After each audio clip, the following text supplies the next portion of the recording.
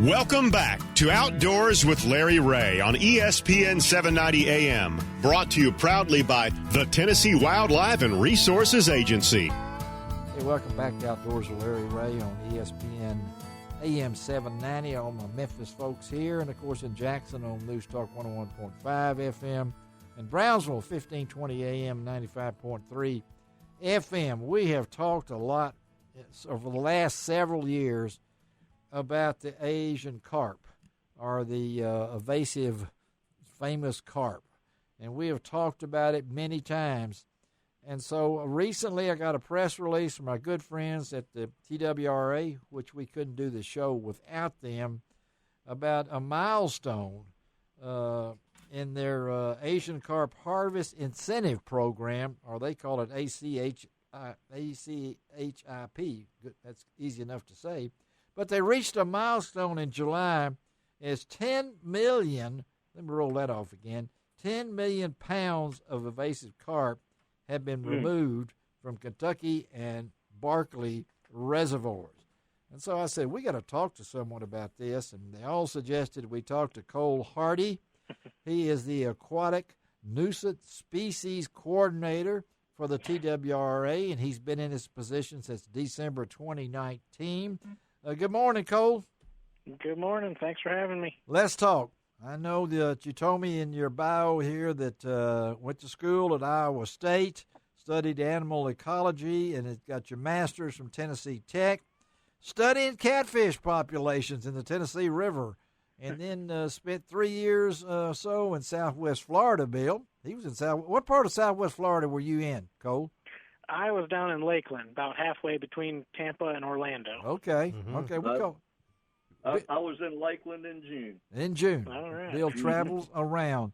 So talk about this. Now, when you became on as part of this, Cole, this is such it was fun and games when they first started taking pictures of them and jumping out of in the boats and all these different kind of things.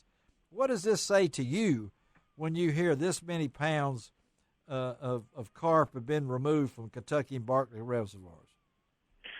Well, it's a really exciting, moment for our program, the ACHIP program you mentioned. It's not, a desirable thing, but to have that many fish to think about out there. But yes, we're glad they're coming out. That's for sure.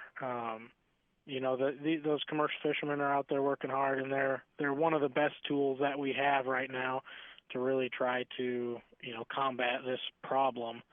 We've got a lot of carp that in Kentucky and Barkley Lake that are coming in from the Ohio River, and we want to fish them down as much as possible to prevent them from going any further than they already have.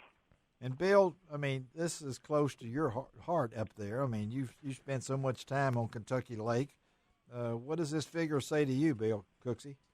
Well, it corresponds, I think, and I know there are other reasons for the carp kind of being down in Kentucky Lake this year, but man, it's been nifty to run around and not have to clean the boat every time I put it in. Yeah, and you can see a decrease right now. And Ron, you said that too, didn't you, Ron? Yeah, that's exactly right. And Cole, that's good news. We want some good news, Cole. This has been an ongoing battle to convince people. And I have, folks, you can eat this fish, okay? I'm just telling you. They are excellent. Yes, Ron's fooled me a couple of times, but I can eat them, okay?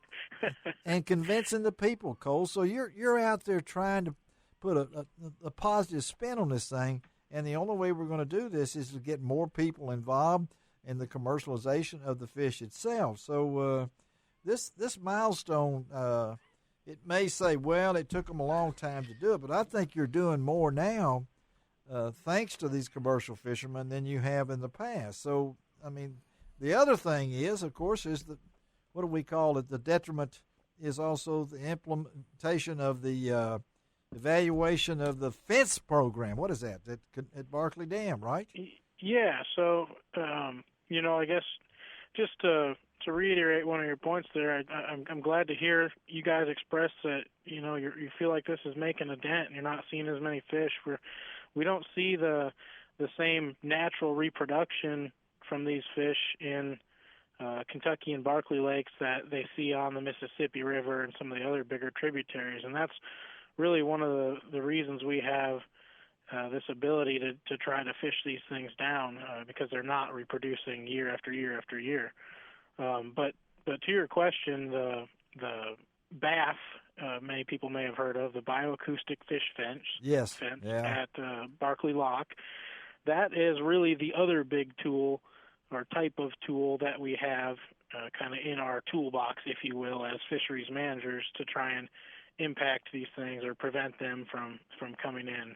So we've got commercial fishing, and then we've got deterrence. And so that bioacoustic fish fence down there is a type of deterrent, and it's in an experimental phase. But what it is it's something that's run across the front of the lock, and it's built into the bottom down there, and it's strobe lights, it's sound, and a bubble curtain. Huh. And all these things are, in theory, supposed to startle these fish and deter them from moving into the lock and passing through upstream, because Asian carp, as you guys probably know, and many of the listeners probably know, they get startled easily by any sort of little stimulus, whether it's noise or anything, and they go to jumping, so that's supposed to keep them out. And I would just add here that preliminary results from that experiment are looking pretty good. There's still a ways to go, and we're still looking at things, but so far it's positive.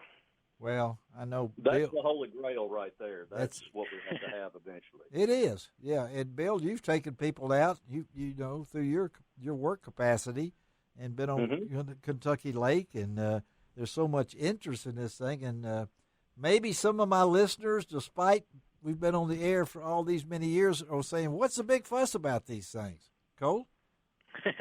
Well, it's multiple issues we've got going on. One of the big issues is, especially the silver carp we talk about, but the big head carp kind of fit in with it. Mm-hmm. They feed real low on the food chain. They're filter feeders.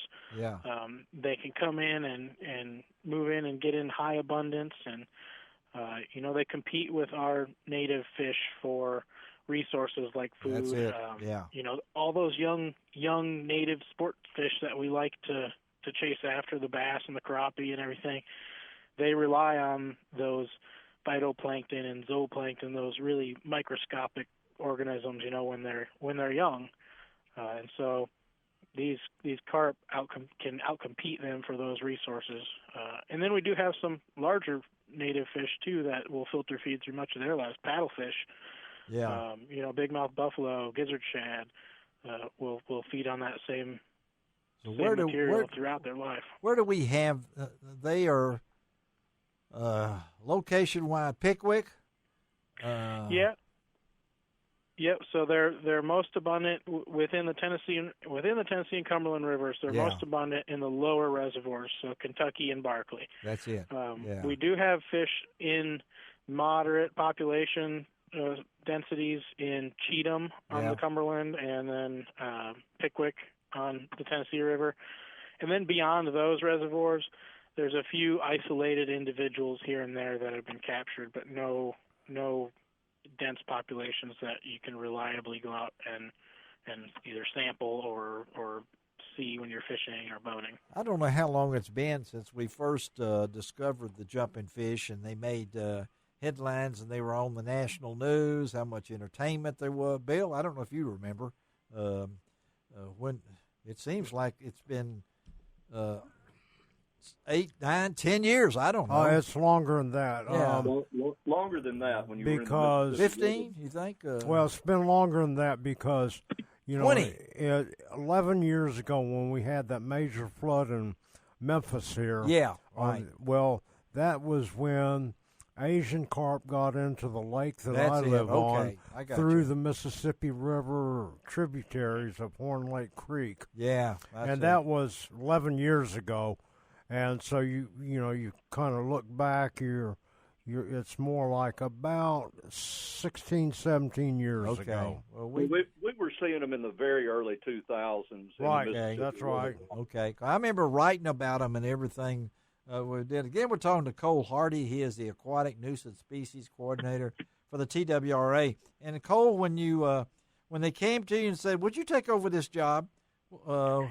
Was your reaction? I don't know. This is carp. I mean, I seem to feel like that you really like this challenge, and it's something that you're really putting your heart and soul in. I tell you what, it's definitely a challenge, and I'm excited about it. You know, I've definitely learned a lot since coming on here. I was excited to get back to Tennessee. I love Tennessee.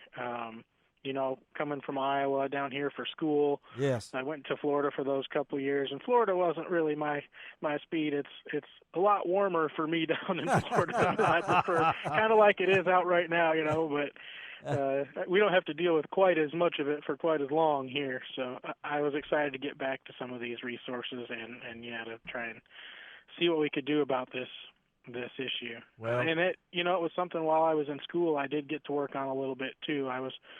I was here back in 2015 going to Tennessee Tech when this, we kind of had a bit of a boom in the population here. That's when that major class of fish showed up. And obviously, they were here before that, early 2000s, like you guys were talking about. But we had a kind of a boom in 2015, and I was getting some experience out on Kentucky Lake with them at that point. And so I saw this opportunity, thought, I'd love to go back and try to tackle it. Well, it's a tackle. I mean, there's been a lot of missed tackles in a football analogy that maybe I shouldn't start this early. Well, Cole, if all we have are Asian carp, we're a little better on the invasives front than Florida. Yeah, we're a little better spot there. That's exactly right. Well, hey, Cole, we appreciate you being with us this morning on Outdoors with Larry Ray. That we will stay in touch. Anytime you got some information, feel free to let us know, okay, buddy? And good job to stay after it, because we need somebody like you handling this for us, okay? Certainly will do. Thanks for having me on, and I'll look forward to the next call. Okay, have a great Saturday. All right, let's take a break. We'll be right back on Outdoors with Larry Ray.